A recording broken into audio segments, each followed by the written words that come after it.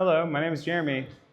Hey, I'm Stacia. This is Uptown Swing. It's level 2, mixing 6 and 8, count month, the second week in this session. We did a lot of review, which was helpful. Some of these things are we're still fitting them on our body. So today we talked a little bit about 6s and 8 count in turns. We did a six count inside turn. 1, 2, 3, and 4, 5, and 6. We talked about the different sides of our bodies. And then we also talked about elongating this to 8 counts with that step in the middle. It's like this. 1, 2, 3, and 4, 5, 6, 7, 8.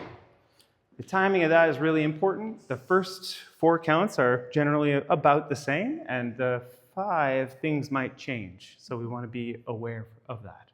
Follows, we're always going to aim for the slower one or the one with the triple steps, the 6 count, and see if we are compelled to do something different.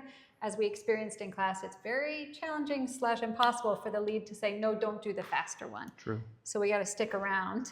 And we tried to pulse through it. We tried to hold ourselves together and move as one piece, keep our arm visible. We also talked about another turn, which is a tuck turn, which you've done a lot of. But we were doing these new and improved. So leads, you were trying to talk more with the hand on the back instead of this hand screaming.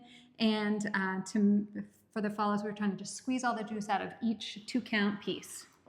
1, 2, 3, 4, 5, and 6. So that a different lead is available. We left you on a cliffhanger for next week when we're going to turn that one into 8 count. That's right.